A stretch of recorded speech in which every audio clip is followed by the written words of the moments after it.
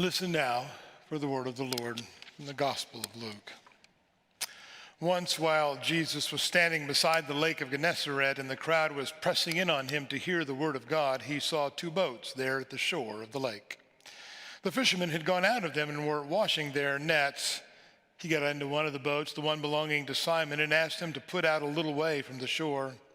Then he sat down and taught the crowds from the boat. When he had finished speaking, he said to Simon, "Put out into the deep water and let down your nets for a catch." Simon answered, "Master, we have worked all night long but have caught nothing. Yet, if you say so, I will let down the nets." When they had done this, they caught so many fish that their nets were beginning to break. So they signaled to their partners in the other boat to come and help them. And they came and filled both boats as they began to sink. But when Simon Peter saw it, he fell down at Jesus' knees, saying, "Go away from me, Lord, for I am a sinful man." For he and all who were with him were amazed at the catch of fish that they had taken. And so also were James and John, sons of Zebedee, who were partners with Simon. Then Jesus said to Simon, "Do not be afraid. From now on you will be catching people." When they had brought their boats to shore, they left everything and followed him. This is the word of God for the people of God. Thanks be to God. Let us pray. May the words of my lips, the meditations of our hearts, be acceptable in thy sight, O Lord, our rock and our Redeemer. Amen. Are you familiar with the name Ray Scott? Some of you may have heard of Ray Scott, a good old boy from the South, an avid bass fisherman. He was a great fisherman, in fact, but he was a better entrepreneur than he was a fisherman. See, Ray Scott figured out he could make a lot of money by having people pay him to fish in fishing tournaments. So he set up bass fishing tournaments all over the South. And people paid money to travel there and to fish in those tournaments. And they paid money to join the Bass Angler Sportsman Society, BASS, and get their magazine. I used to get it for many years. This thing was a going concern, and it was a big deal in the South, at lakes all across the South. And then it had a problem. And the problem was that all these lakes that hosted these tournaments, the folks that fished in those lakes said, all these professional fishermen are coming down and catching all the fish out of our lake and killing them. We don't want to have the tournaments in our lakes anymore because they are hurting the fishery. Don't come again. Well, he had a problem, but he figured out a way to fix it. He knew that it didn't matter whether the fish were dead or alive as to who won the tournament. All that mattered was how much they weighed. So he told his fishermen to get a bucket, put water in it, aerate it, keep the fish alive until after they were weighed. Then they could let them go back into the lake and nobody would complain. And it worked. It was amazing. So they have these tournaments all over the place where they release the fish back into the lake. He came up with a name for that. He called it catch and release. And he not only changed bass fishing tournaments, he changed sport fishing. Very few bass fishermen keep their fish anymore. They catch and release. I can tell you, as a fly fisherman for trout, I don't bring trout home, much to the chagrin of my wife, who knows how much money I have spent on equipment to catch those fish that I release back into the river. In fact, sports fishermen and women across the globe now have embraced catch and release and said that these fish are too important to only catch once. Catch and release is the way of fishing. So I've got a problem. What's a preacher to do when the metaphor for evangelism in the Bible passage for the day is catching and keeping fish? Well, I thought about it a bit and I realized, maybe we get what this passage is saying. For 100 years, the mainline church in this country has practiced catch and release evangelism. We have not taken seriously into getting people into the church. we just kind of play with them a little bit and let them go. When I was in Wisconsin, the annual conference in Wisconsin, we led the nation in the United Methodist Church for the most number of people that we removed from the rolls of the church. We were good at that. We could find all sorts of reasons why somebody wasn't active enough and should be taken off the roll of the church. We worked a lot harder getting people off the rolls of the church than we did getting people on the rolls of the church. We were practicing catch and release long time ago. And not just that. There's a sense in which we in the church, pun intended, let people off the hook. We have seen the church decline in membership, and we're so afraid to ask anybody to do anything that is uncomfortable. The bar is set so low. We try to grow churches by asking people what they want so that we can give it to them and to keep them happy.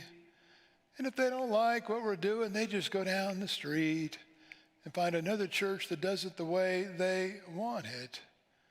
We have practiced catch and release evangelism for years. Now, let's be clear. What goes on in the name of evangelism in many churches in this country, I find offensive. And maybe you do too. So much of evangelism in some churches is based on fear. You remember the question. You're old enough to remember the question, right? If you were to die tonight, where would you spend eternity? But if you're converting people to God with that question, the God you're converting them to is a God of anger and judgment and wrath, not the God of love that I try to serve. Or we have people that try to be really cool, blend into the culture, don't look churchy at all. Buildings don't even look, the buildings look like malls. And we try to sneak a little Jesus in on you when you're not paying attention. Or there are those who keep score. I saved 100 people last year. You didn't save anybody last year. Now, I have a problem with much of what is done in the name of evangelism, but we have replaced it with nothing. Mark Olson, the late Mark Olson, a dear friend of mine, a Lutheran pastor in Eau Claire, Wisconsin. I was in a Bible study with Mark, and we were looking at the Gospel of Mark. And he said, there it is, the theme verse for Lutheran understanding of evangelism. It's right there where Jesus says, go and tell no one. That kind of summarizes it, doesn't it? We've not done a very good job in understanding what evangelism is. And yet, this passage, which is a call passage about how James, John, and Peter became Jesus' disciple, is also a passage that has to do with what our job is if we feel called to be disciples. And a part of our job as disciples of Jesus Christ is to catch people. Now, there are a couple of images in Luke's gospel. Luke doesn't use a lot of metaphors as much as some of the other gospels, but there's a couple of them here that we need to understand before we get to what it means for us to catch people. The first thing you notice, after he gives his little sermon to the people on the shore, he turns to those would-be disciples and says, go out into the deep water. Now, I spent a lot of time fishing, as you know, and I prefer the shallow water, where I can see my feet and know what's going on. Now, there have been a few times, I wear chest-high waders. There have been a few times when I've walked out a little far and the water came over. It wakes you right up, let me tell you.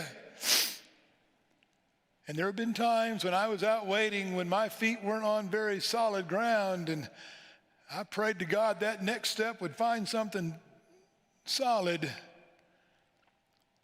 Deep water's scary. It's uncertain.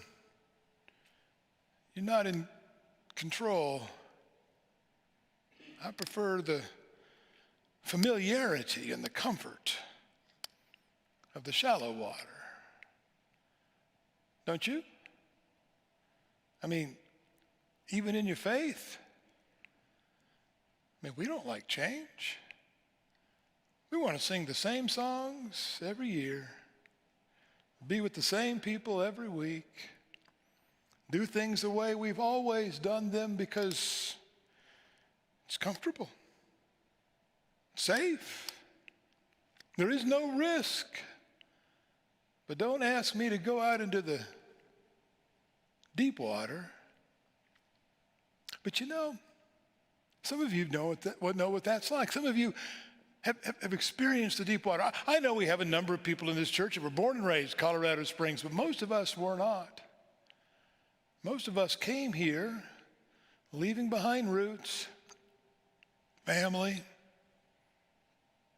jobs, routines, habits that were comfortable, to move to a place where we had to start all over. Find a new life, a new habit, a new friend, a new church. You've walked into deeper waters before. So have I. As a pastor, I'm under appointment by a bishop, but I've had a couple of opportunities in my life to make a decision about where I go. I remember to this day being a 25-year-old pastor in the parsonage in Lone Grove, Oklahoma, in near tears, having to decide whether I'm going to go back home to the familiar, to the comfortable, to where my family lived, near where my wife lived, to take a church in my home conference, or to go be an associate at a church larger than my hometown. I went to Tulsa, the deep water. And every time I have moved since then, I've had that same struggle. When I went to Midwest City, to Eau Claire, to Appleton, and yes, even here, do I want to leave behind the familiar, the comfortable, the predictable, and take a step into something that's just a little bit deeper than I can see? Jesus says to his disciples, you want to be my disciple? You want to be my disciple? Go into the deep water. What's your response? Wilbur Rees said it this way: I'd like to buy $3 worth of God, please. Not enough to explode my soul or disturb my sleep, but just enough to equal a cup of warm milk or a snooze in the sunshine. I don't want enough of God to make me love a black person or to pick beets with a migrant. I want ecstasy, not transformation. I want the warmth of a womb, not a new birth. I want a pound of the eternal in a paper sack. I'd like to buy $3 worth of God, please. Jesus said, go out into the deep water. For there we learn how to catch people. Now, that really is kind of an icky image. Let's just be honest. Fishing as an image for evangelism is a little bit brutal, bloody, I think. But that's because we don't understand what evangelism means. Evangelism is not about techniques. It's not about gimmicks. It's not about plans and strategies. Evangelism is not even about getting somebody to change their mind, to agree with you. It's not even about getting somebody to change their lives. If lives are changed, if minds are changed, it is God doing the changing, not you and not me. Evangelism is sharing our story by word or by act of the God we have met in Jesus Christ. Evangelism is sharing our own story by word or by act about the God we have met in Jesus Christ. You know, the best way to understand the metaphor of this passage is to see that we are the net. We're the net that God casts into this broken and hurting world to wrap the arms of love around. He was a prison chaplain. He told a story about a father and a son. The son was in prison. He'd grown up in a little small town, and was an angry young man, got in lots of trouble, robbed a local shop, was caught and sent to prison. His father, every week, would take a half a day off to drive across the state to visit his son in the prison. But his son would never go see him. It was the chaplain's job to go down to where the prisoners were, to tell the young man, your father's here to see you again this week. Would you like to go see him? And every time, angrily, the young man said, no, I don't want to see him. Tell him to go home. After a couple of months of that, he said to the father, why don't you just stop doing this? It is a waste of your time. He's just an angry young man. He's never going to come to see you. Why nobody would do what you're doing. And he said, the father said to me, God's been doing it for centuries. We are God's net, the persistent presence of God's love in a broken and hurting world. That's what evangelism is. It's not about growing the church. It's not about changing minds. It's about wrapping people up in the arms of God's love. Dr. Norman Neves was pastor in the Oklahoma Conference Church of the Servant, one of our great congregations there. I heard him preach one time. He told a story about a woman who came to see him, a woman who was in Alcoholics Anonymous and was doing her 5th step in AA. And the 5th step is when you come to someone you trust to talk about all the harm you have brought to yourself and to others, all the ways that you have brought pain and suffering into the world, to confess, to admit to all these things that you had done. And she came and talked to him. It was quite a life she had lived. She had caused a lot of pain and hurt in her life, but she had changed. And Dr. Neves asked her, he said, well, what happened? What caused you to change? She said, well, there's this woman named Rosie. Rosie didn't take drugs. She knew I did. But she never left me. At my lowest moments, she was there. She would pick me up and clean me off. She never stopped loving me and caring for me, no matter how horrible I was. And then it dawned on me one day, what I wanted more than anything in the world was to be like Rosie. And so I changed. Are you Rosie for anybody? Are you wrapping your arms of love around somebody and promising to never, ever let go? Thanks be to God. Amen. I invite you to turn to page 17 in the United Methodist Hymnal for the Great Thanksgiving, or the words will be on the screen. The Lord be with you. Lift up your hearts. Let us give thanks to the Lord our God.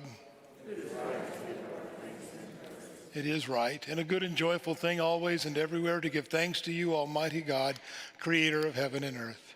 And so with your people on earth and all the company of heaven, we praise your name and join their unending hymn.